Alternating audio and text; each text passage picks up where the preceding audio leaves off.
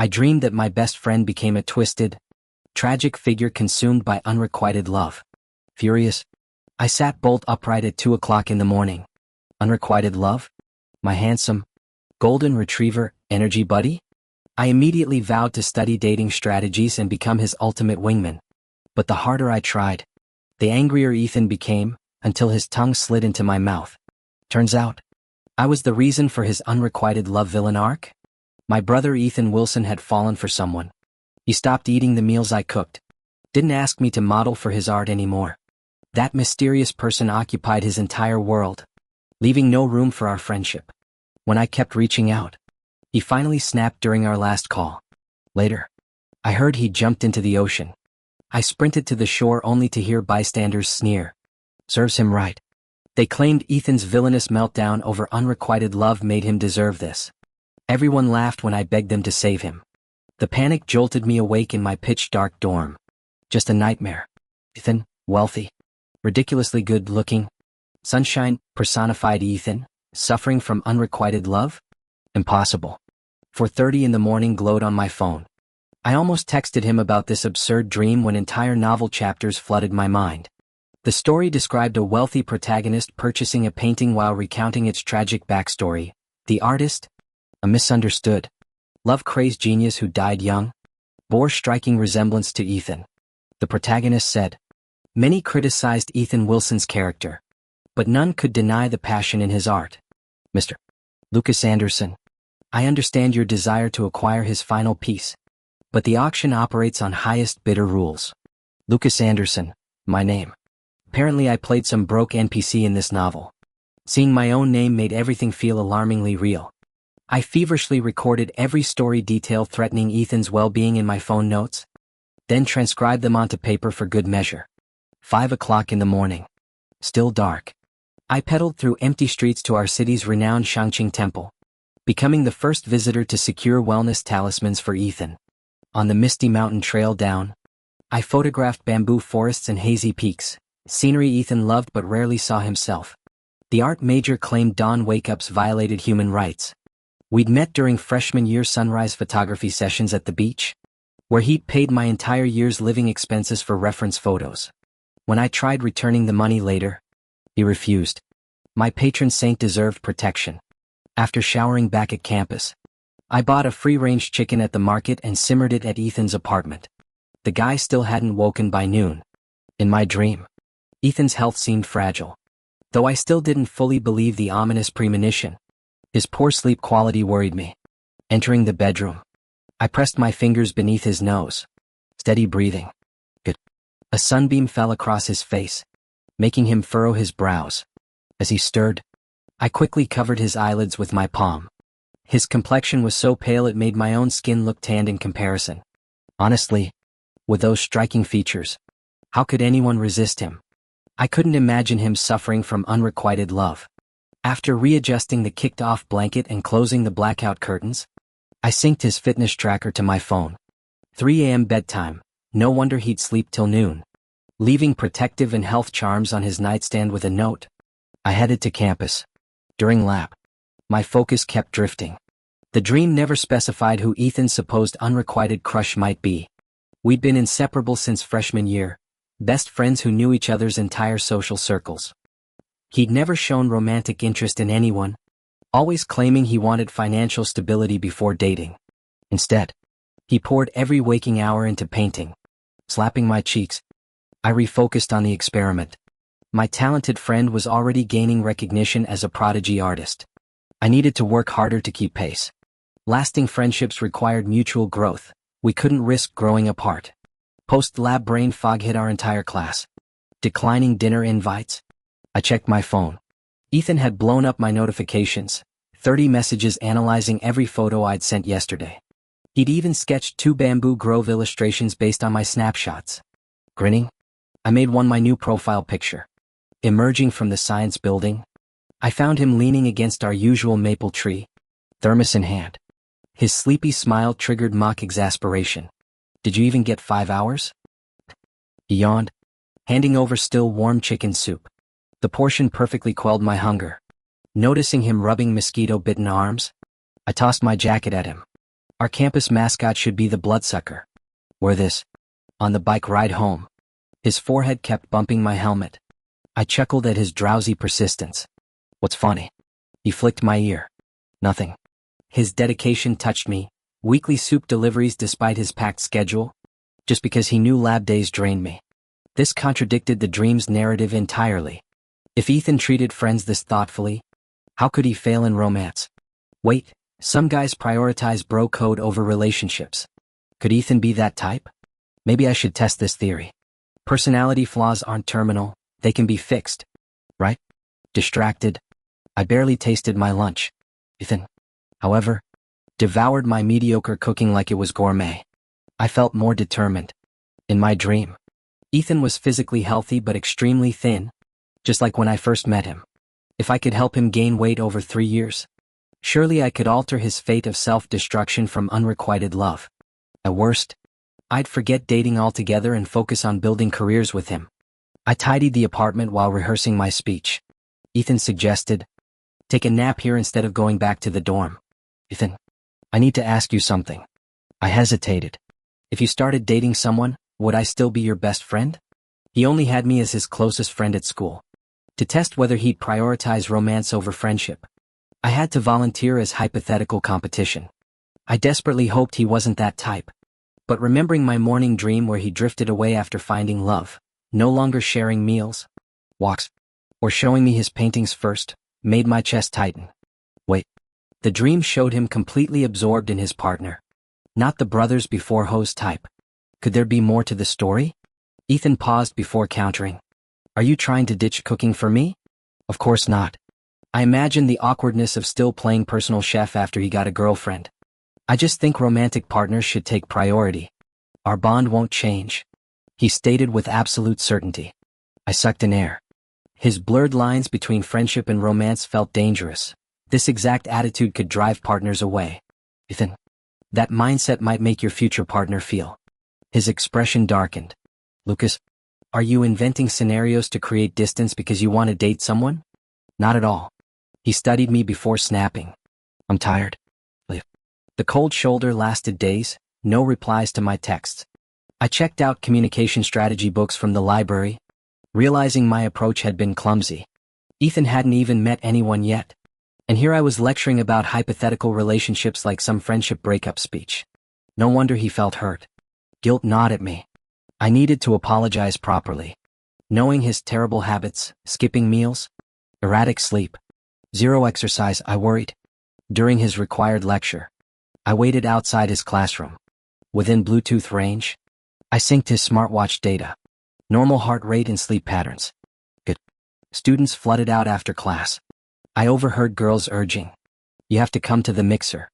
Then, bar hopping first, then karaoke. He always declined such invitations. I waited for his refusal. Sure, Ethan said.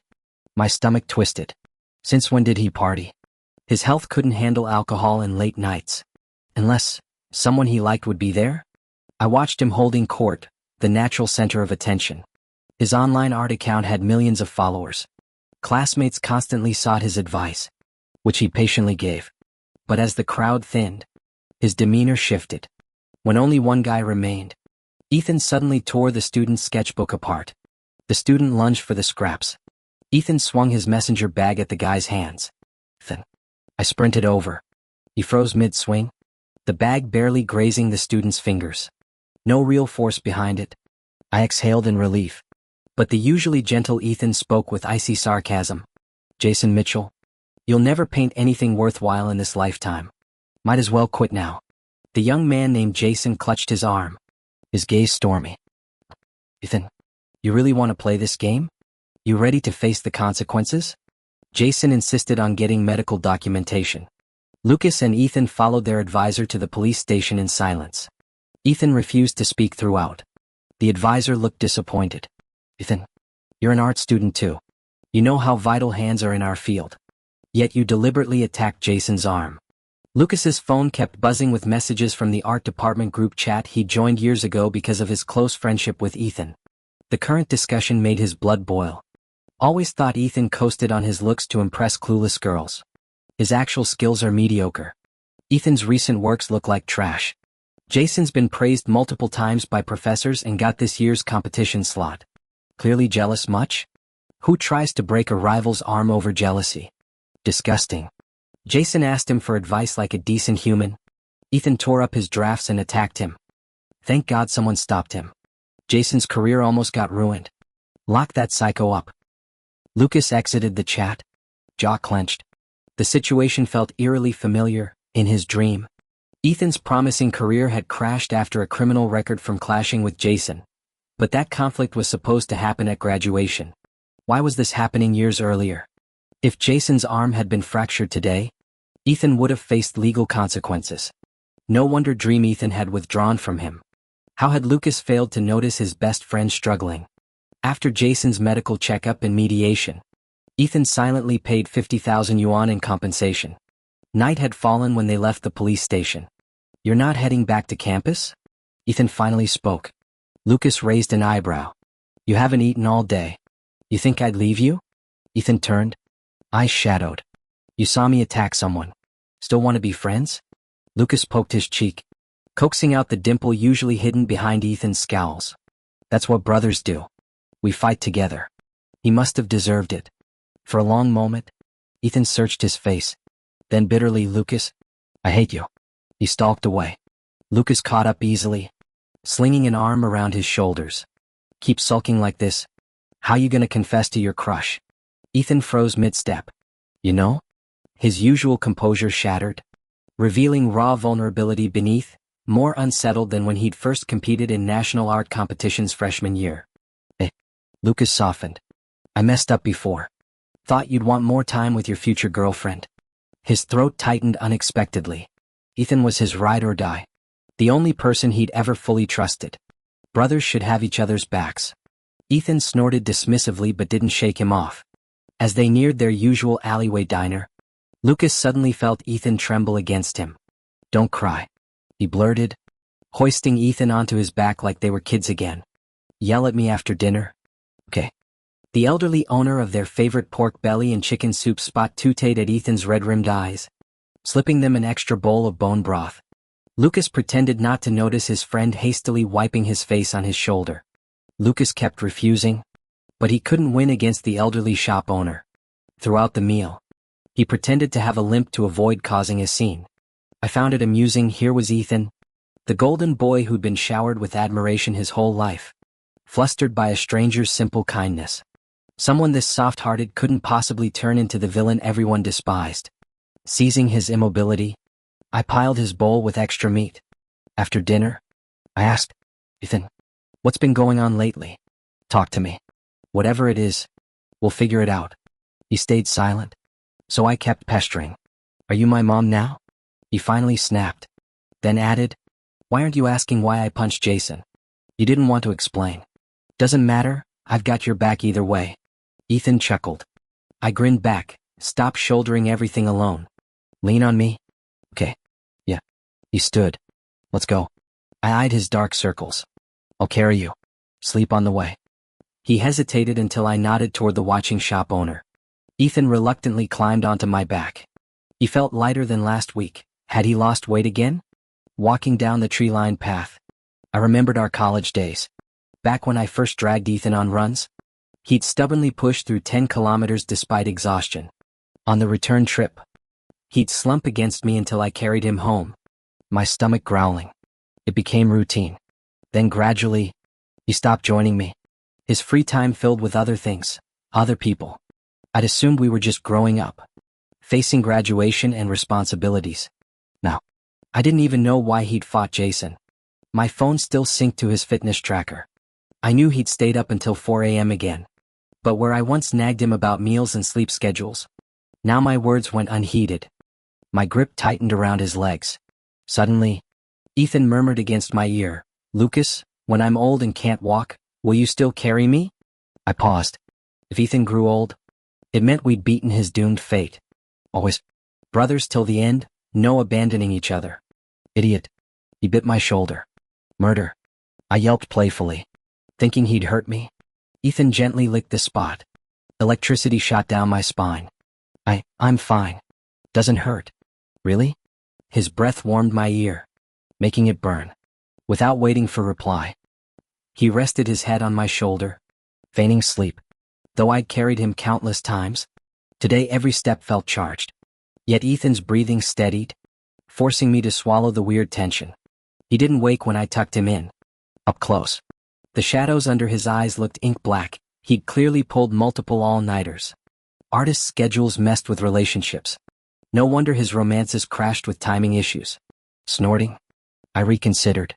My brother needed guidance, not mockery. Couldn't let him drown in dating disasters. Over the next days, Ethan buried himself in painting but at least replied to texts. While friends researched Jason, I infiltrated the art department group chats, noting mixer details.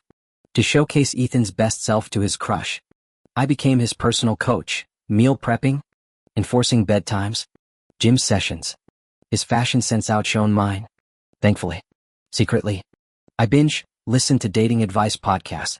Ethan had street smarts, but romance required extra finesse. Planned to be his love guru when needed. Didn't expect him to discover my studies before I even graduated. He snatched off my earbuds, flipping through my notebook with stormy eyes. Lucas, he growled.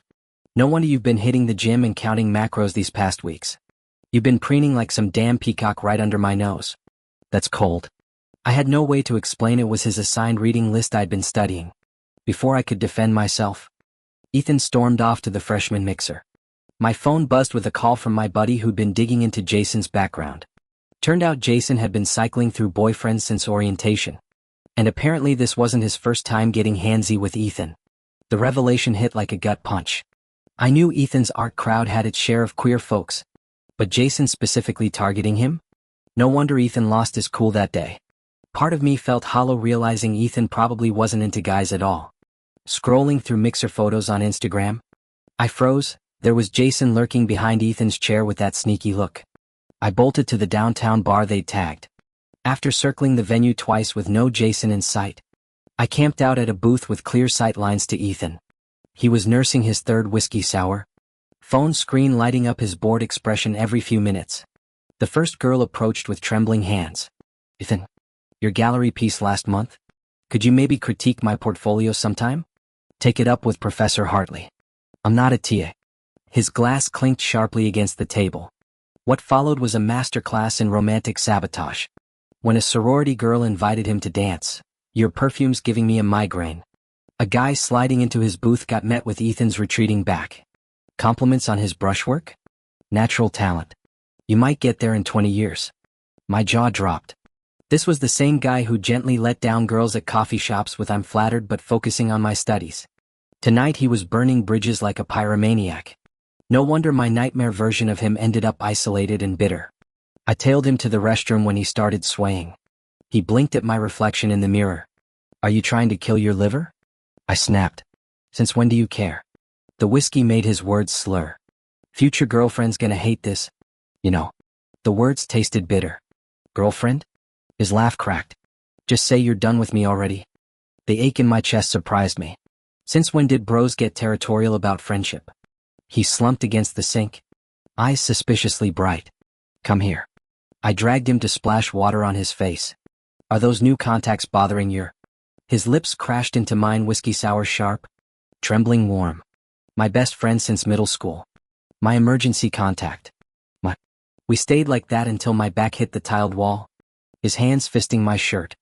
All coherent thought dissolved into the vanilla musk scent of his cologne and the shocking softness of his mouth. Lucas stuck out his tongue. My head spun. Heart pounding so hard the moment stretched into eternity yet vanished in a blink. When I came to my senses, Ethan's tears flowed harder. Here I was getting kissed against my will. Yet he's the one acting wronged. I gripped Ethan's shoulders, forcing calm into my voice. Enough. Lightweight.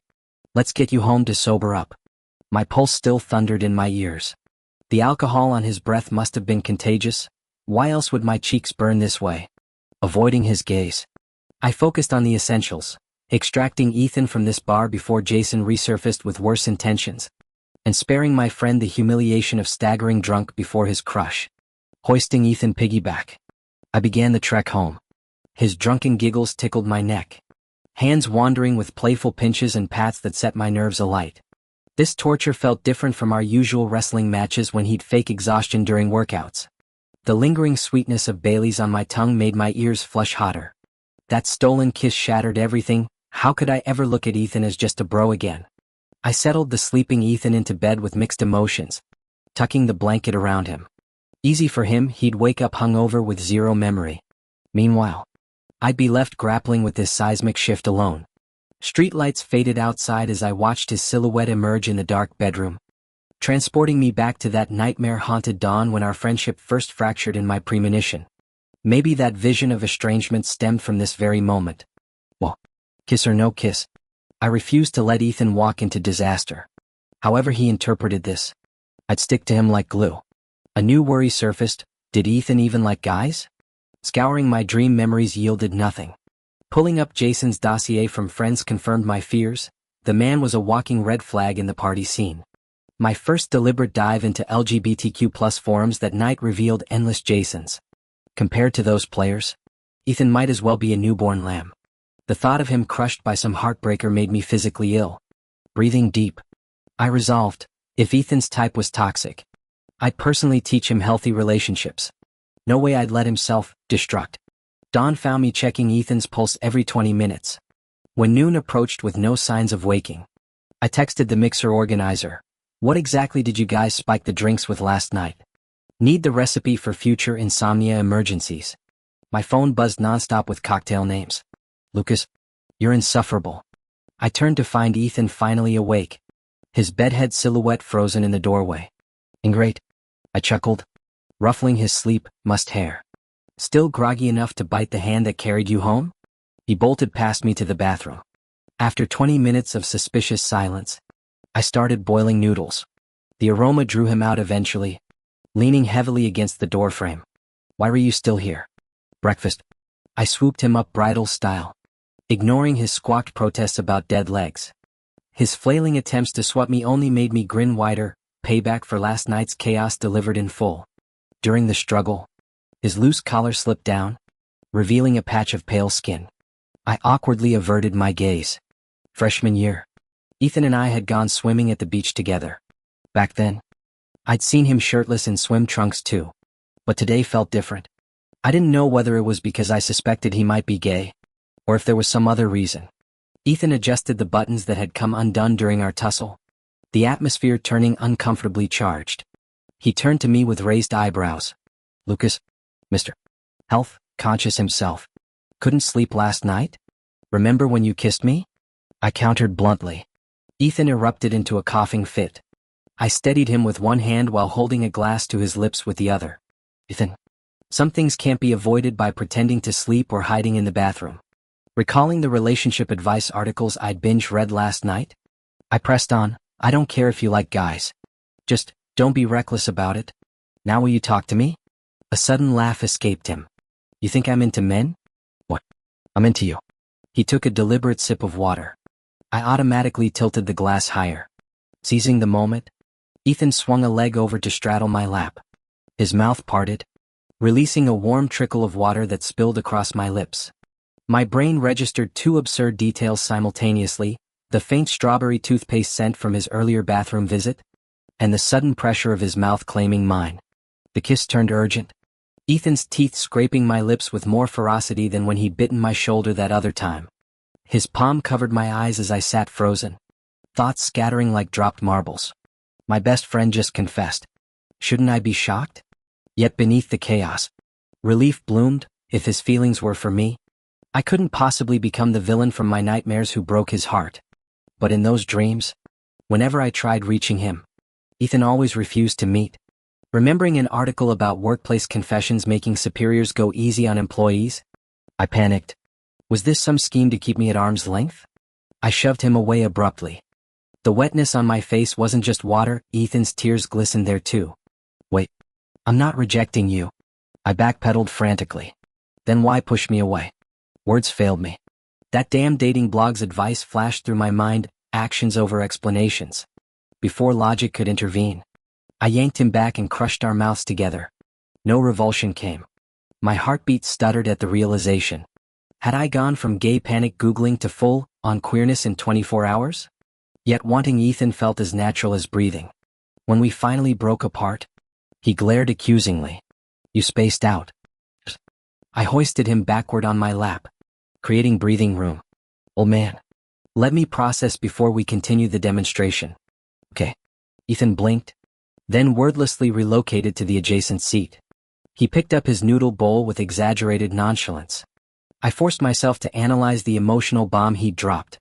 Truth was, ever since that nightmare about Ethan's unrequited love, unease had gnawed at me. I'd refused to examine whether my anger stemmed from hating that guy who hurt him, or jealousy toward the recipient of his affection. No amount of rationalization could explain why his dating app activity gutted me, why his distance felt like sandpaper on raw nerves. Even just now, it didn't need to be proven so forcefully. Maybe I'd subconsciously liked him before realizing it myself. I tugged at Ethan's sleeve. Ethan, I figured it out. I like you. Let's be together. Okay. He smiled. No more doubts now. Since when did he become so easy to appease? Ethan gave me a teasing look. You practically made me stand at attention with that kiss. Hard to doubt your sincerity. I looked down awkwardly. He suddenly turned and gently kissed me. Good morning, boyfriend. Good morning. The words tasted sweet, like strawberries. His phone buzzed suddenly. I instinctively unlocked it before realizing I'd picked up Ethan's device. He'd used my photo as wallpaper, claiming it prevented privacy issues if lost since people would assume it belonged to me. Now I saw through that flimsy excuse. He'd liked me all along. My throat tightened. Without that prophetic dream, I might have never noticed his silent devotion. We could have drifted apart like in the nightmare, him loving hopelessly until tragedy struck. I kissed him again while checking his notifications, only to find Jason had sent our restroom kiss photo from last night's bar. A voice message played. Ethan, think your little friend here can handle you being gay? Either give me what I want, or I'll ruin him. I met Ethan's eyes. He's been blackmailing you? Ethan looked away expressionlessly. 2 new images arrived, nude sketches of Ethan. Suddenly I understood why he'd torn up Jason's artwork that day. When Ethan tried shielding his phone, I patted his shoulder. Relax. Let me handle this creep if you're comfortable. Standing to keep the phone beyond his reach, I sent Jason a voice note. Jason, my boyfriend's still resting. Your art's as trashy as your morals. The immediate torrent of abuse got his chat muted. I texted my own contacts while Ethan pinched my side. Aren't you worried about exposure? Already secured my job offer. Besides, hiding relationships is sketchy behavior. You're giving off major red flags. I lectured him about toxic dating patterns until he mumbled, only dating you anyway. My heart melted. I meant don't you dare hide me. Truthfully, hiding seemed impossible now. Casual touches between friends had transformed into constant craving for intimacy, for being his one and only. When we went public, the attention barely affected us. No discrimination, just occasional stares. Jason disappeared after I had a friend message him. Hey big bro. It's me. Just tested positive. Better get checked ASAP. Followed by reports of his predatory model scouting targeting minors. On his arrest day, we watched Jason sob about needing STD testing before being hauled away. After the show, we packed for Ethan's 2-bedroom apartment, the same place he'd offered to share freshman year when I preferred dorms. While organizing the spare room, I found a vibrant painting titled Beloved capturing my silhouette. The joyful strokes contrasted sharply with the sorrowful version from my dreams. Squeezing the protective charm I'd gotten Ethan, I kissed him. Thank you, my love.